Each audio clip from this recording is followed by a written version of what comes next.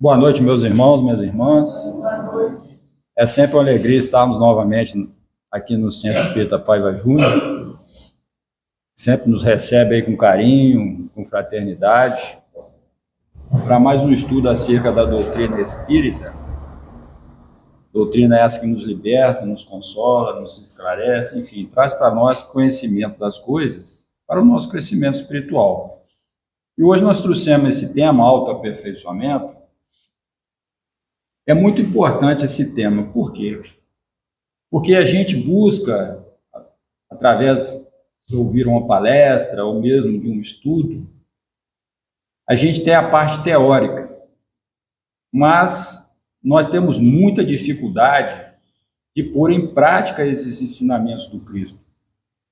Então, o trabalho nosso de hoje é exatamente nos dar ferramentas, instruções, para facilitar esse processo, né, de transformação, de crescimento espiritual. O nosso irmão Humberto Ferreira, lá da Federação Espírita de Goiás, ele traz esse trabalho, nos ajudando a ter esse entendimento. Como nós vamos trabalhar nesse aspecto, né? Então, quando eu busco uma casa espírita, a gente busca, na maiores das vezes, pelo sofrimento. Muitos poucos buscam a casa espírita pelo amor, né? Então, geralmente, eu busco a casa espírita, né, em busca de um alívio, de uma cura, né? Então, eu me pergunto, eu estou me sentindo bem, como estou? Passo por alguma dificuldade? Quero mudar meus pensamentos, minhas palavras, meus atos? Estou feliz ou não? Como libertar-se do sofrimento?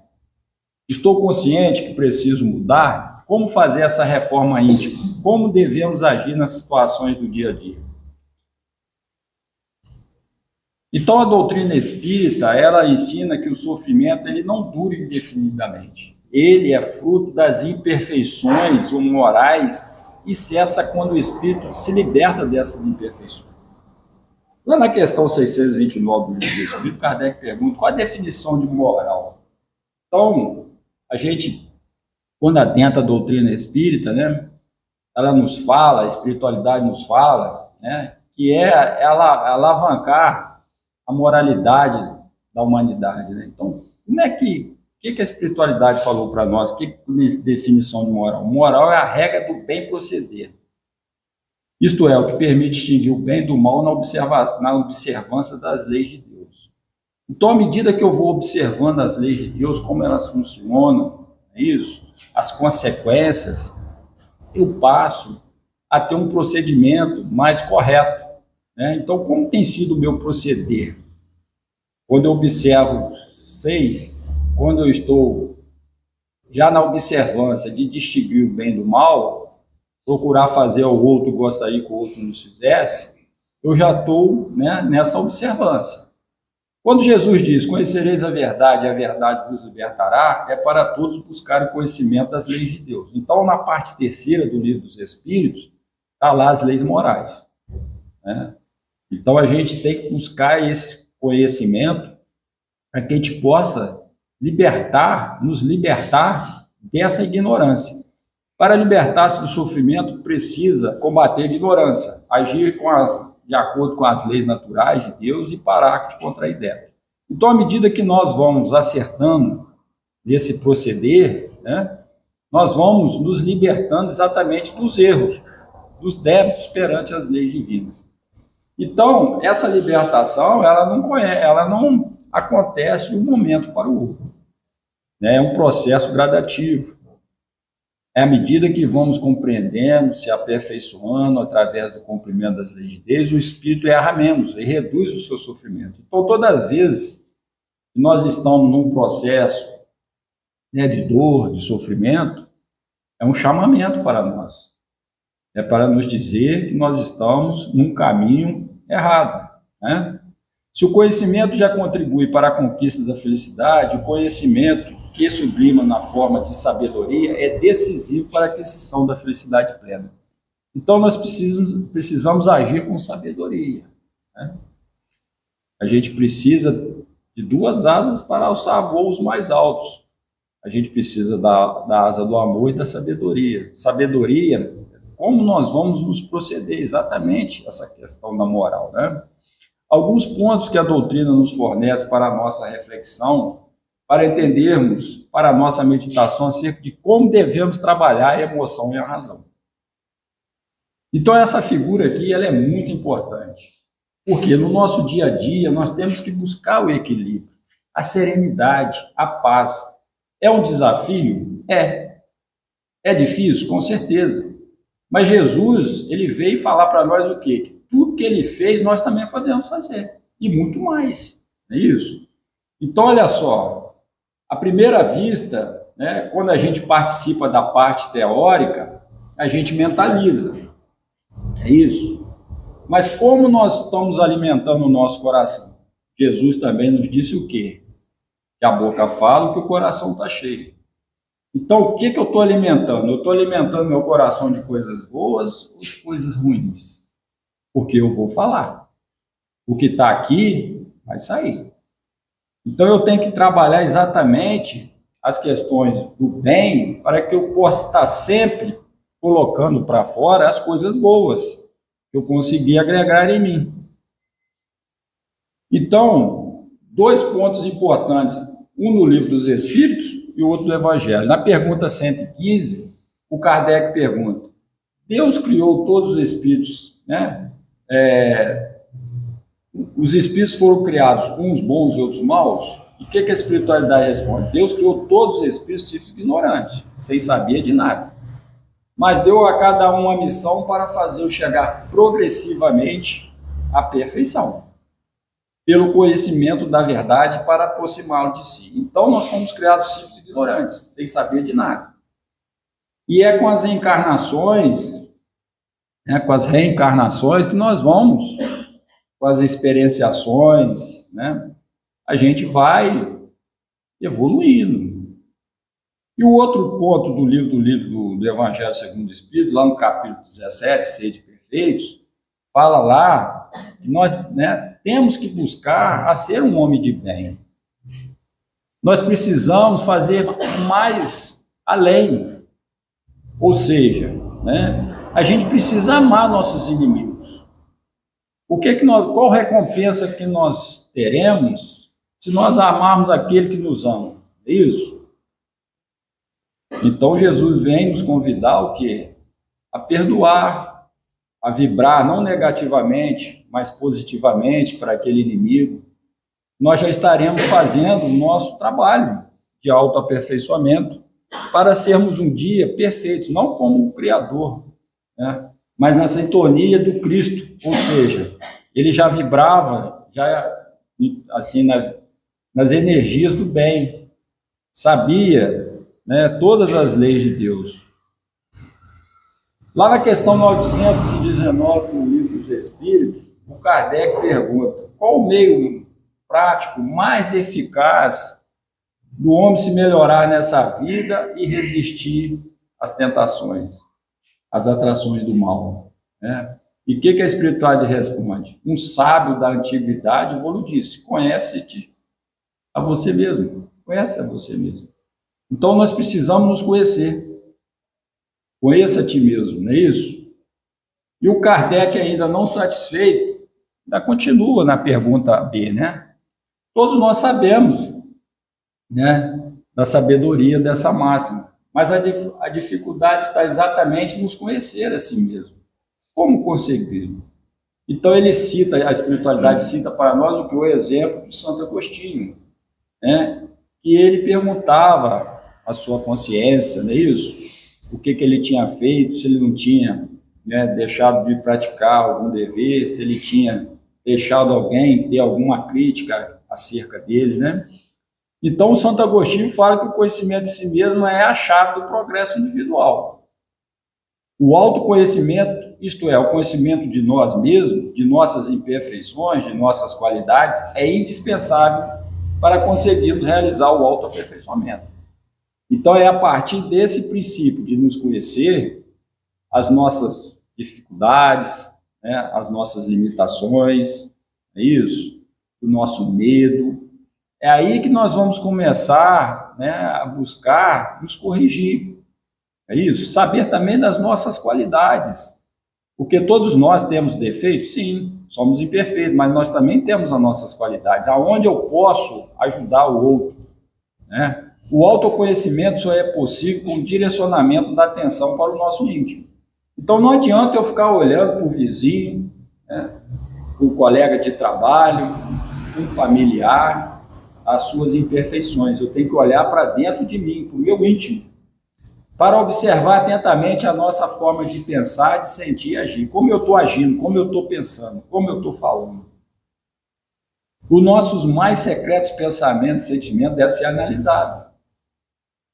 Então eu tenho que parar, pensar se eu estou agindo de acordo com as leis de Deus ou não. E esta análise deve ser feita com absoluta imparcialidade, sem o velho hábito de nos protegermos, de sermos muito indulgentes conosco mesmos, justificando todas as nossas falhas. E nós temos esse hábito de tudo justificar. Isso. Nós temos que identificar nossas falhas e tentar nos esforçar para corrigi-las. Então, uma das formas de conduzir essa autoobservação é examinarmos cada pensamento ou sentimento imediatamente depois que se manifesta em nosso íntimo. E no caso de ser um ato praticado, logo que o terminamos. Então, vamos criar esse hábito dentro de nós. Quando nós pensarmos em alguma coisa, vamos analisá-la. Ou quando praticarmos, vamos também, logo após, né, consultar a nossa consciência. Estou me sentindo na paz? Beleza. Mas a minha consciência está me cobrando, né, está me chamando a atenção. O Santo Agostinho assim fazia. Ele, no fim da jornada, ele interrogava a sua consciência. Passava em revista o que havia feito, perguntava se não tinha faltado algum dever, né, se ninguém tinha nada a se lamentar dele. Então, é um processo, é um trabalho que nós temos que fazer em nós. Lá na questão 621, Kardec pergunta: onde estão escritas as leis de Deus? Na nossa consciência. Então, elas estão adormecidas. Mas quando elas são tocadas, elas se manifestam. Ou seja, ou, né, na infelicidade, ou no mal-estar, ou na felicidade do bem-estar. Então, como eu disse lá na parte terceira do Livro dos Espíritos, nós temos lá os 12 itens. Nós temos a lei divina, que é introdutória, temos a lei de perfeição moral, que é a conclusiva, e temos as 10 leis aí para todos nós estudarmos ela. E o Kardec pergunta: qual a definição, como podemos definir a lei natural? Lei natural é a lei de Deus. É a única verdadeira para a felicidade do homem. Ela indica o que fazer e o que deixar de fazer. E só somos infelizes quando nos afastamos dela. Então já está a dica logo no início, na pergunta 614 do Livro dos Espíritos. Começa com a 614 e termina exatamente com a questão 919 do Santo Agostinho. É isso? Nós temos a lei da adoração, do trabalho, da reprodução, da conservação, da destruição, da sociedade, do progresso, da igualdade, da liberdade, do amor, da justiça e caridade. Na questão 886, Kardec pergunta lá: qual o verdadeiro sentido da palavra caridade que entendia Jesus? Benevolência, indulgência e perdão. Então, fora da caridade não há salvação, não é isso que a doutrina nos passa como, né, como a sua bandeira? Então, nós temos que ter, né, esse BIP. Benevolência para com todos, não é só para com familiar ou para com aquele que comunga das mesmas ideias que nós, né? Então, a gente tem que praticar a caridade. Então, Deus não impõe a encarnação como objetivo de fazer Deus impõe a encarnação como objetivo de fazer chegar à perfeição. Jesus veio para ensinar aos homens que devem lutar para conquistar a perfeição. E que o autoaperfeiçoamento deve ser conquistado por cada um através do próprio esforço. Então, nós temos que nos esforçar. Nós temos que ter boa vontade. A partir do momento que eu me entendo que eu sou um espírito imortal, que eu fui criado simples e ignorante, mas fadado à perfeição, eu tenho todo um trabalho a realizar. É isso que nós temos que entender, né? A gente fica muito na teoria e a gente pratica pouco, né? Então, quem não se esforçar vai estacionar. Mas a lei do progresso, como nós citamos anteriormente, ela, em tempos, ela cria para nós, né, acontecimentos que nos impulsionam para frente, né? Ou por uma perda, ou por uma doença, alguma coisa acontece para nos impulsionar, queiramos ou não, nós vamos ter que progredir, é isso? Segundo ensina os Espíritos, o processo de conquista das virtudes começa com esforço. Então, se eu começo a me esforçar, vir à casa espírita, né, nesse processo de repetição, hoje eu estou aqui falando sobre o autoaperfeiçoamento, mas daqui a 2 meses o irmão pode voltar a vir falar de reforma íntima, transformação. É nessa repetição é que nós vamos mentalizando, como eu disse lá atrás, até nos sentimentalizar para o nosso coração. Então, segundo ensina os Espíritos, o processo de conquista da virtude começa com esforço, torna-se habitual com a repetição. E quando o Espírito já apresenta um certo grau de progresso, passa a ser um ato espontâneo. Está lá na questão 894 dos Espíritos. Então, a partir daí, quando nós começarmos a ter nos nossos atos, nos nossos pensamentos, nas nossas palavras, né, a espontaneidade dentro do bem, é isso? É uma conquista. É através do esforço. Então, nós temos aqui uma figura. Não há como dispensar o esforço e a repetição constante. Nós precisamos ser constantes. Às vezes, um irmão vem na casa espírita, passa 2 meses, depois ele volta. Ele tem que ter a constância. Ele tem que ter a repetição, né, o esforço de querer melhorar-se. E ele só vai melhorar quando ele colocar tudo isso que nós estamos falando aqui de forma espontânea. Então, o primeiro ali, ele está batalhando, ele está se esforçando. Ele está num movimento constante, né? De se tornar o quê? Numa analogia aqui, a sair de uma pedra bruta para um diamante. O outro lá, a vitória pode estar mais próxima do que se imagina, mas ele desistiu. Quando Jesus diz: os primeiros serão os últimos, e os últimos serão os primeiros, o que ele quis dizer com isso? Os últimos serão os primeiros. É esse aqui, ó. Por quê? Porque ele não está desistindo. Ele está perseverando. Ele vai ser o primeiro a chegar ao reino dos céus, num sentido figurado. O reino dos céus é a nossa felicidade plena. É isso.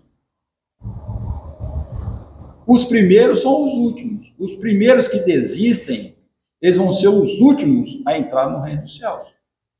Eles vão ter mais dificuldade, porque eles não estão sendo constantes. Eles não estão sendo, né, repetitivos nesse processo. Então, a gente tem alguns mecanismos que nos ajudam a esse processo. Com relação à meditação. Então, o que a Joana de Ângeles fala para nós lá no Homem Integral? Uma das diferenças entre quem medita e aquele que não o faz é a atitude mental mediante a qual cada um enfrenta os problemas. Como é que nós estamos enfrentando os problemas do dia a dia? Eles estão aí para todos nós, porque nós estamos num planeta de provas e expiações, nós temos que provar que nós estamos aprendendo a lição. É isso? O primeiro age com paciência ante a dificuldade, e o segundo reage com desesperação. Eu estou desesperado diante de um problema ou não? Eu estou tendo, né, um pouco mais de equilíbrio, analisando as possibilidades, como eu devo agir, é isso? E isso é fazer uma meditação. Eu não tenho aquela reação assim de impulso, né? Outra coisa importante nesse processo de autoaperfeiçoamento é essa agitação mental que nós temos. Nós temos que diminuir essa agitação mental, porque esta nos impede de fazer por alguns minutos uma viagem em nosso interior. para nos conhecer e assim programar as ações que visam a nossa melhoria. Precisamos, para isso, criar as condições para relaxar o corpo e a mente. Nós, seres humanos, nós somos parte da natureza. E a natureza, ela nos mostra muitas coisas. Certa feita, um aprendiz chegou para o mestre e perguntou: mestre, como vou conhecer, como posso conhecer a verdade? E o sábio chamou o aprendiz e levou ele até um lago. E aquele dia estava ventando muito. E o sábio virou para ele: o que você está vendo no fundo do lago? Ele: não estou vendo nada. Por quê? Porque a agitação do vento estava mexendo com o fundo do lago, né? As águas estavam revoltas. No outro dia, o sábio levou o aprendiz novamente no lago, só que naquele dia não estava ventando. E o sábio perguntou: o que você está vendo agora no fundo do lago? Agora eu consigo ver o fundo do lago, está transparente. Por quê? Porque quando está agitado a coisa, a gente não consegue enxergar muita coisa não, né? Então a gente tem que vir à casa espírita, a gente tem que relaxar, buscar esses momentos de ligação, de intercâmbio, né? Nos conectar com o mundo espiritual, buscar esse pão espiritual que vai nos alimentar nesse processo de autoaperfeiçoamento, de transformação íntima, né? A gente precisa reprogramar a mente. É o que diz, né, a Joana de Ângeles, lá no Autodescobrimento. O que ela diz para nós? Há uma necessidade urgente de reprogramar-se a mente. Para se obter êxito no processo de autoaperfeiçoamento, é indispensável programar a mente, isto é, planejar o modo de pensar, de falar e de agir. Então, eu tenho que me educar nesse ponto, de saber como eu vou pensar, como eu vou falar e como eu vou agir. O passo seguinte consiste em mentalizar o que programamos fazer. Esta mentalização não pode ser rápida, deve durar vários segundos e deve ser feita de maneira suave. A repetição serve de reforço. Quanto mais vezes mentalizarmos, mais reforçaremos, né? Então, se eu quero pensar no bem, para eu ser um homem de bem, como diz lá no capítulo 17 do Evangelho, ser um homem de bem. O homem de bem é aquele que pratica a lei de amor, de justiça e caridade, não é isso? Na sua maior pureza. Então, se eu quero me tornar um homem de bem, eu tenho que começar esse processo. O que eu estou pensando? Eu estou pensando mal do meu irmão? Ou não? Não é isso? Eu estou xingando muito, eu estou falando muita besteira? Ou não? Como é que eu estou agindo? Eu estou sendo solidário? Eu estou sendo, caridoso? Então a gente tem que repetir, mentalizar a nossa mente, fazer essa programação para que a gente possa cada dia reforçar, e trilhar esse caminho. Então o reforço é um recurso psicológico que podemos usar para obter resultados concretos no trabalho do autoaperfeiçoamento. Serve para consolidar uma determinada maneira de agir. Quando praticamos um determinado ato, nós o reforçamos. Então as figuras mostram para nós, toda vez que a gente sobe uma escada, a gente está repetindo aquele movimento, aquele outro ali está fazendo um esforço na repetição de movimento para chegar a um determinado lugar. Então, nós precisamos estar sempre reforçando. E a palavra-chave do nosso estudo hoje aqui, é a repetição, é o reforço. Então, todas as vezes que nós viemos na casa espírita, nós estamos reforçando o ensinamento de Jesus na nossa mente. Então, cada vez que nós reforçamos mais e mais, a possibilidade de chegar a coisas boas no meu coração vai ser muito maior do que se assim eu não estivesse fazendo. Então, como ensina Emmanuel, lá no livro Pensamento e Vida, no capítulo 1, a ideia determina a atitude. Durma com ideias, acorde com atitudes. Então, é muito importante a gente trabalhar essas ideias no bem. Então, a gente fazendo aqui uma analogia também, um exemplo, para a gente ter assim, uma noção da parte material, como a gente também deve fazer com a parte espiritual, né? Como teria que fazer para adquirir o hábito de só dirigir uma velocidade realmente segura? Não há dúvida que a melhor maneira é de idealizar nova forma de conduzir seu carro. Então, eu estou com essa ideia, dormir com essa ideia, é isso? Eu não posso dirigir na velocidade que eu estou dirigindo. Eu tenho uma velocidade controlada, eu estou abusando, não é isso? Então, você mentalizou aquilo ali, você dormiu com aquela ideia. Então, vamos para a prática? Então, se eu mentalizei que eu vou dirigir o carro dentro dos limites de segurança, eu estou reforçando em mim o meu pensamento. Se eu entro no carro e cumpro o que eu planejei e mentalizei, isto é, dirijo o carro dentro dos limites planejados, igualmente estou reforçando. Então, se no outro dia peguei meu carro e eu estou respeitando aquele limite, não é isso? Eu estou reforçando a ideia de estar dentro das coisas legais, não é isso? Se eu entro no carro e cumpro o que planejei e mentalizou, isto é, dirijo dentro dos limites planejados, igualmente estou reforçando. Se eu repito o planejamento, a mentalização e o ato de dirigir desta nova maneira, eu estou reforçando mais ainda. Se eu passo a dirigir somente dessa forma, reforça sempre até criar um novo hábito. Então, se aquele dia eu conseguir, no outro dia eu também consigo, e assim eu vou, então vai chegar uma hora que eu criei o hábito dentro de mim. Então, eu estou criando hábitos novos. Eu estou deixando aquele homem velho para trás, é isso? E eu estou criando em mim o quê? Hábito de um homem novo. Eu estou fazendo a minha renovação. Agora, mesmo sem querer, podemos reforçar atitudes inadequadas. Na mesma questão de você fazer o bem, eu posso também reforçar a questão do mal. Então, se hoje eu tenho tendências negativas, é porque eu reforcei lá em outras encarnações, lá no meu passado, eu reforcei aquela atitude. Então, uma pessoa que tem um hábito de dizer que é nervosa, aqui em Cordeiro não tem gente nervosa não, né? Tem, Davi? Aqui não tem não, todo mundo aqui é calmo, né? Então, toda vez que eu faço esse tipo de afirmação, eu estou reforçando essa maneira de reagir, de se predispor a se irritar durante qualquer situação que a contraria. E nós somos assim, a pessoa nos contraria, a gente fica nervoso, a gente chuta o balde, não é isso? Mas vamos começar a trabalhar diferente, né? Então, para ajudar nesse processo, é melhor que ela elimine o mau hábito de dizer que é nervosa e o substitua por pensamentos e expressões que reforcem bons hábitos, como, por exemplo, afirmar e reafirmar que é uma pessoa calma.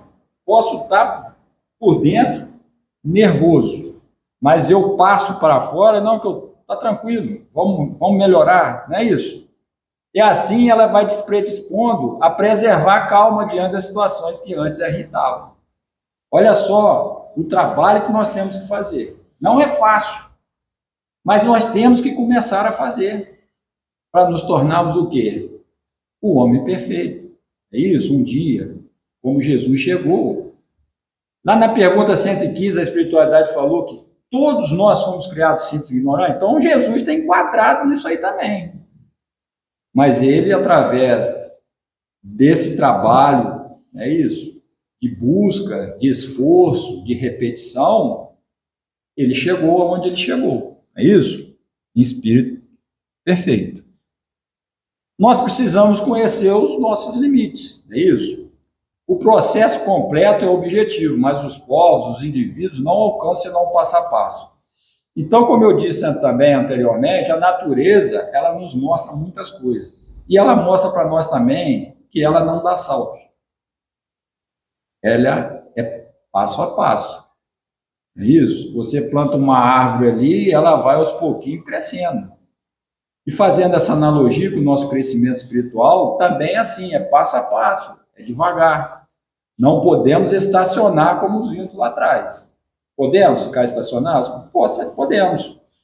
Mas nós vamos ser impulsionados uma hora para frente, né, para nós caminharmos. Aí, às vezes, esse impulso às vezes nem sempre vai ser do jeito que a gente quer, não é isso? Então, durante milênios, reforçamos os nossos defeitos e negligenciamos as virtudes. É o que eu acabei de falar. nós reforçamos muitas tendências negativas em nós. É impossível conseguir livrar-se dessas imperfeições morais e conquistar as virtudes numa única existência. Então, se nós estamos hoje encarnados, nós estamos trabalhando, nós temos que ter em mente que nós não vamos dar saltos. É isso? Nós vamos caminhar lentamente, passo a passo, para conquistar essas virtudes morais. Se nós conquistarmos uma, já estamos, né, de bom ouvido.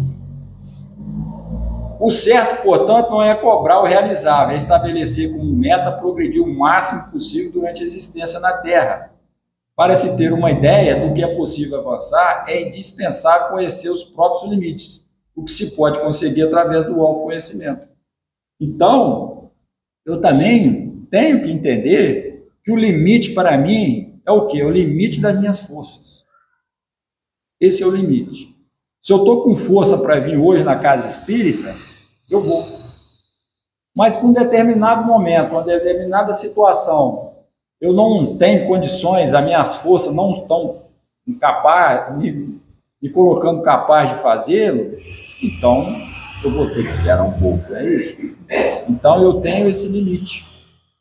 O autoaperfeiçoamento é a idade. Muitas pessoas conservam a convicção de que depois de uma certa idade, o homem não consegue mudar mais, sobretudo na velhice. Esse raciocínio apoia-se nas condições do corpo físico, que perde boa parte da sua flexibilidade à medida que chega à idade avançada. O espírito, no entanto, é bem diferente do corpo. Não envelhece, ao contrário, aprimora-se e torna-se cada vez mais belo e luminoso. É o espírito que deve buscar o autoaperfeiçoamento, especialmente porque o corpo é o instrumento que ele utiliza enquanto encarnado. Lá na questão 76, o livro de Espírito, Kardec pergunta: qual a definição de espírito? É isso? Espíritos são seres inteligentes, né, que povoam o mundo espiritual fora do corpo material, o mundo espiritual. Então, nós somos seres inteligentes. Nós povoamos, a nossa verdadeira pátria é o mundo espiritual. É isso?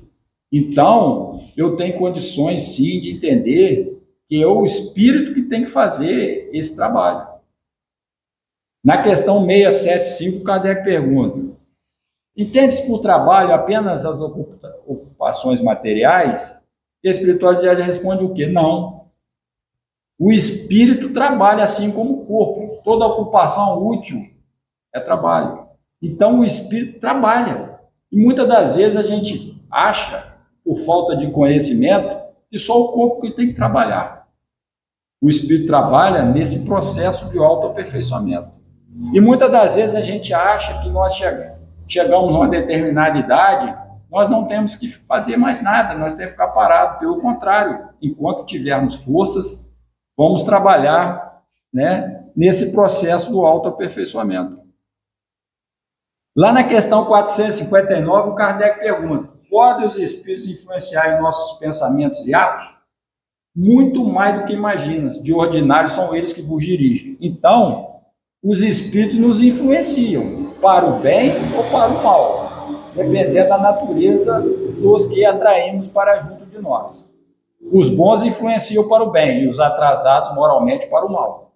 Se cultivamos sentimentos e pensamentos bons, olha só aí, nós estamos reforçando em fazer sempre o bem. Atraímos os bons espíritos. Se, ao contrário, cultivamos sentimentos e pensamentos ruins e deixamos de praticar o bem, atraímos os maus. Para conseguir êxito na sua influência sobre os homens, os espíritos estudam as suas más tendências para explorá-las e incentivá-las. As más influências que os espíritos inferiores exercem sobre os homens atrapalham o processo do autoaperfeiçoamento, na medida em que estimulam as suas tendências inferiores e as reforçam. Elas se opõem ao progresso moral das criaturas e incentivam a sua inferioridade. Então, meus irmãos, nós temos que estar sempre orando e vigiando. Se nós estamos fazendo uma determinada coisa, nós temos que entender que, em cima disso aí, nós vamos atrair o bem ou o mal para perto de nós. E se nós atrairmos o mal, isso vai nos atrapalhar nesse processo do crescimento espiritual, nesse processo de autoaperfeiçoamento. Outro ponto que nós devemos analisar é a vontade. Temos que ter vontade para realizar esse processo de transformação. Só a vontade é suficientemente forte para sustentar a harmonia de espírito. O Emmanuel falando para nós lá em Pensamento e Vida. A vontade é, pois, a força interior, a alavanca de que dispomos para impulsionar tanto o autoconhecimento como o autoaperfeiçoamento. Deus dotou todos os espíritos com este gabinete em sua mente. Assim, ninguém pode alegar a impossibilidade de realizar o trabalho do autoaperfeiçoamento. Todos dispomos dos mesmos recursos e mais cedo ou mais tarde terão que tomar a iniciativa de realizar o seu progresso. Ninguém poderá permanecer indefinidamente estacionado. Um dia a lei do progresso o impulsionará para a frente. Então, nós já falamos isso aqui. Nós não vamos ficar estacionados indefinidamente. Uma hora nós vamos ser despertados por alguma situação. Outro processo importante é a disciplina. Lá o Chico, quando o Emmanuel, conversando com o Chico, do trabalho que o Chico tinha que desenvolver, isso, e o Chico ficou assim meio apavorado, porque ele achava que não ia dar conta, Como é que eu devo fazer? Perguntou o Emmanuel. O Emmanuel falou, você tem que ter disciplina, disciplina, disciplina. E nós temos que ter disciplina. Se nós viemos hoje aqui, nós estamos tendo essa disciplina. Nós estamos tendo essa convicção de que eu preciso de um pão espiritual. Eu não posso ficar agregado somente às coisas materiais. Então, um dos recursos dispensáveis para conseguir o autoaperfeiçoamento é a disciplina. A própria vontade necessita de disciplina como alavanca para sustentar e impulsionar o processo do autoconhecimento. Precisamos de disciplina para efetuar a reprogramação da nossa mente e para a execução de todas as etapas do processo do autoaperfeiçoamento. Então, tudo que nós falamos até agora, está mais ou menos nesse processo aí. Nós vimos lá no Emmanuel, no Pensamento e Vida, e nós pensamos, temos uma ideia. Aí nós estamos idealizando, nós estamos tentando colocar em prática. Eu estou me esforçando, estou tentando, eu estou fazendo, às vezes um pouco, mas eu estou repetindo, fazendo de novo e de novo. Estou continuando, estou tendo o hábito de continuar a fazer aquilo que eu aprendi, eu vou chegar e eu vou lograr um sucesso. Então, toda aquisição de virtude passa por esse processo, não é isso? Nós estamos citando aqui. Outro ponto importante é a oração. O que Deus lhe concederá sempre, se lhe pedir com a confiança, é a coragem, a paciência, a resignação. E se a oração é outro recurso indispensável. É um grande recurso para protegê-lo das tentações a que todos estão sujeitos por causa da nossa inferioridade moral. Então, nós vamos ser tentados todos os dias. Isso. Nós estamos resistindo ao mal, como está na questão lá do Santo Agostinho. Aí cada um faz a sua reflexão. Eu estou me esforçando? Eu vou errar ainda? Vou, mas a doutrina espírita, ela está fazendo aí, fez esse ano agora, 169 anos o Livro dos Espíritos. É uma doutrina nova. Ela veio nos ensinar o quê? É isso? Que nós temos que buscar a nossa perfeição moral. Reconhece o verdadeiro espírita pelo seu esforço, olha a palavra mais uma vez aí, esforço, pela sua transformação moral, não é isso? E a resistência, às influências do mal. Eu estou resistindo, Então, eu tenho que me esforçar para combater as minhas más tendências. Estou sendo perseverante, como nós dissemos lá atrás, é isso? Sereis odiado de todo por causa do meu nome. Aquele, porém, que perseverar até o fim será salvo. Então, é aquela questão do trabalho mesmo, de perseverar até o fim. A perseverança é o recurso indispensável, porque não se consegue resultado imediato. Muitos de nós somos imediatistas. Às vezes nós procuramos uma casa espírita com uma dor, com um problema, e queremos resolver do dia para a noite. Isso. O resultado não é imediato. Neste processo do autoaperfeiçoamento. As pessoas que fazem alguma tentativa e desistem, nada conseguem de positivo. Só obtêm êxito que persistem no esforço para atingir os objetivos do autoaperfeiçoamento. Então, nós não podemos desistir. Nós temos que ser perseverantes. Não viu aquele exemplo do rapaz lá, cavucando a terra? Para nós nos lapidarmos, nós precisamos de trabalho, precisamos de perseverança. Outro ponto, nós temos também que entender, é que nós precisamos nos educar, reeducar.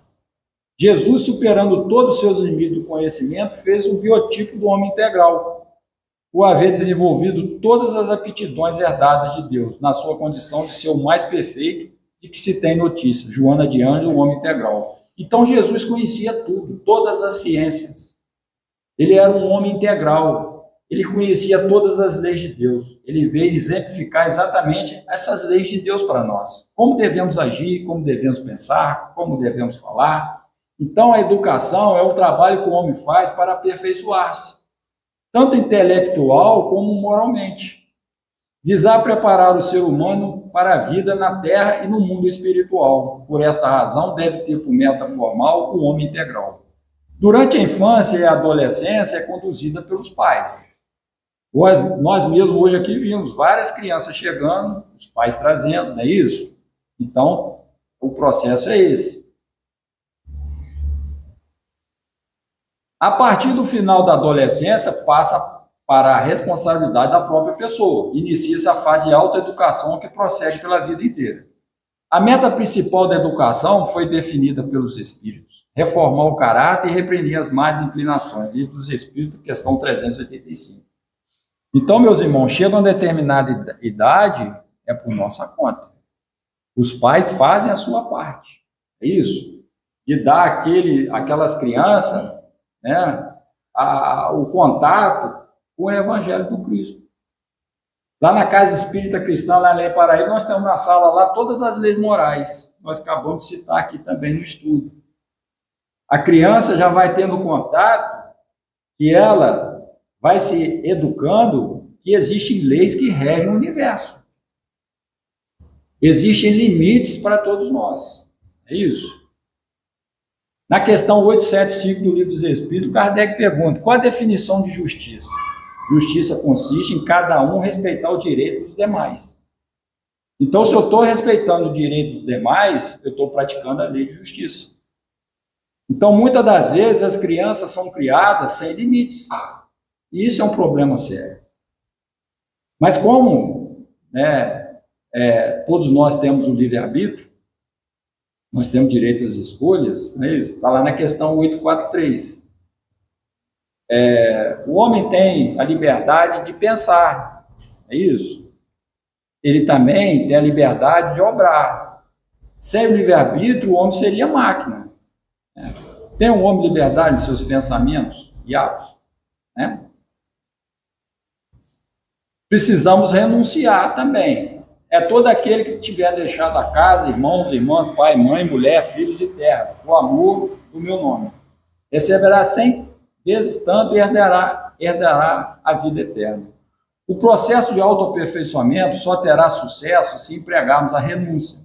Renúncia às sensações inferiores provocadas pelas más tendências que trazemos de nosso passado. É a renúncia aos prazeres da matéria para podermos começar a sentir os prazeres do espírito. Enquanto deixarmos as más tendências nos dominarem, não conseguiremos sentir as alegrias que o cultivo das qualidades superiores proporciona. Em outras palavras, enquanto reforçarmos nosso estado de animalidade e nos satisfazermos com os gostos materiais, não evoluiremos para o estado de angelitude e não experimentaremos os gozos espirituais. O que Jesus quis dizer com isso? É todo aquele que tiver deixado a casa. Ele quis dizer que nós devemos dar mais valor às coisas espirituais. Nós precisamos das coisas materiais? Com certeza, precisamos. Mas a gente não pode se apegar. A gente tem que dar valor às coisas espirituais. Então, é necessário que a gente entenda isso também. E para terminar o nosso estudo, o nosso objetivo final é a felicidade. Mais frequentemente, o homem é o artífice de sua própria infelicidade. Vimos lá na questão 614. Praticando a lei de Deus, ele se poupa dos males e chega a uma felicidade tão grande quanto comporta a sua existência grosseira. Está lá no Livro dos Espíritos, 900, na questão 921. E na questão 922, o Kardec pergunta: a felicidade terrena é relativa à posição de cada um. O que basta de felicidade para um constitui desgraça para o outro. Haveria soma de felicidade comum a todos os homens? Com relação à vida material, a posse do necessário. Com relação à vida espiritual, né, a consciência tranquila e a fé no futuro. Então, meus irmãos, se nós temos esse olhar, né, de querermos estarmos sempre em paz conosco mesmo, equilibrados, serenos no nosso dia a dia, nós temos que trabalhar para chegarmos um dia à nossa felicidade plena. E a doutrina espírita, ela vem, né, nos ajudar, como Jesus disse, né, lá em João 14:15, que se amarmos, cumprir os seus mandamentos, eu lhe rogará ao Pai que envie outro Consolador prometido que permanecerá convosco para sempre. Então a doutrina espírita vem como esse Consolador, nos ajudar a fazer esse progresso espiritual.